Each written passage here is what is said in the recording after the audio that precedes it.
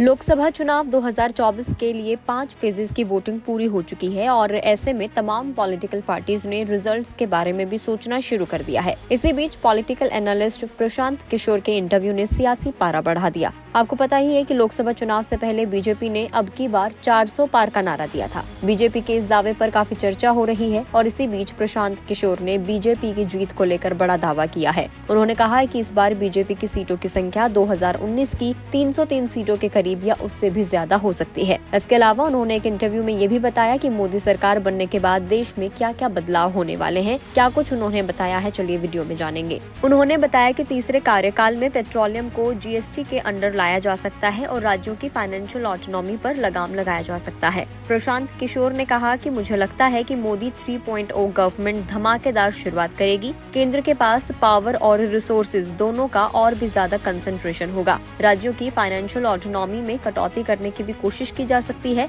2014 में बीजेपी और पीएम मोदी के लिए इलेक्शन कैंपेन को मैनेज करने वाले प्रशांत किशोर ने कहा कि पीएम के खिलाफ कोई बड़ा गुस्सा नहीं है और बीजेपी तकरीबन 303 सीटें जीत सकती है। उन्होंने कहा कि स्टेट्स के पास करंटली रेवेन्यू के 3 मेजर सोर्सेज हैं, पेट्रोलियम, लिकर और लैंड, और उन्हें आश्चर्य नहीं होगा अगर पेट्रोलियम को जीएसटी के दायरे में लाया जाए। फिलहाल पेट्रोल, डीजल, एटीएफ और नेचुरल गैस जैसे पेट्रोलियम प्रोडक्ट्स जीएसटी के दायरे से बाहर हैं। हालांकि उन पर अभी भी वैट, सेंट्रल सेल्स टैक्स और सेंट्रल एक्साइज ड्यूटी लगते हैं। पेट्रोलियम प्रोडक्ट्स को जीएसटी के अंडर लाना इंडस्ट्री की लंबे समय से डिमांड रही है, लेकिन देश के राज्य इस मांग के खिलाफ रहे हैं क्योंकि राज्यों को इससे रेवेन्यू का भारी नुकसान होगा। मसलन अगर पेट्रोल को जीएसटी के दायरे में लाया जाता है तो इससे राज्यों को टैक्स का नुकसान होगा और अपना हिस्सा हासिल करने के लिए राज्यों को सेंटर पर और भी ज्यादा डिपेंडेंट रहना होगा। मौजूदा समय में जीएसटी के अंडर उच्चतम टैक्स स्लैब 28% है। पेट्रोल और डीजल जैसे फ्यूल्स पर 100% से ज्यादा टैक्स लगता है।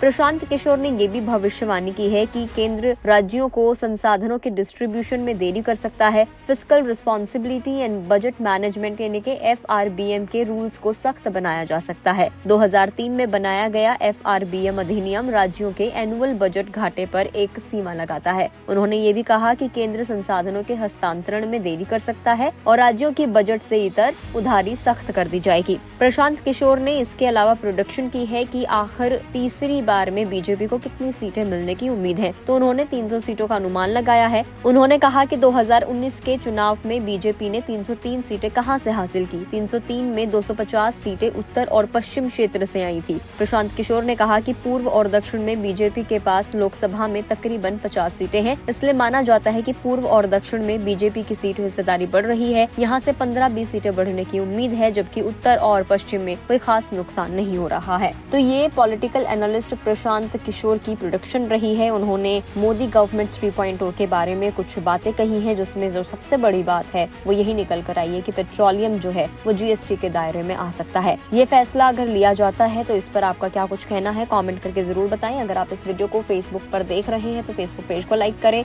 यूट्यूब पर देख रहे हैं तो गुड रिटर्न्स के यूट्यूब चैनल को सब्सक्राइब करना ना भूलें।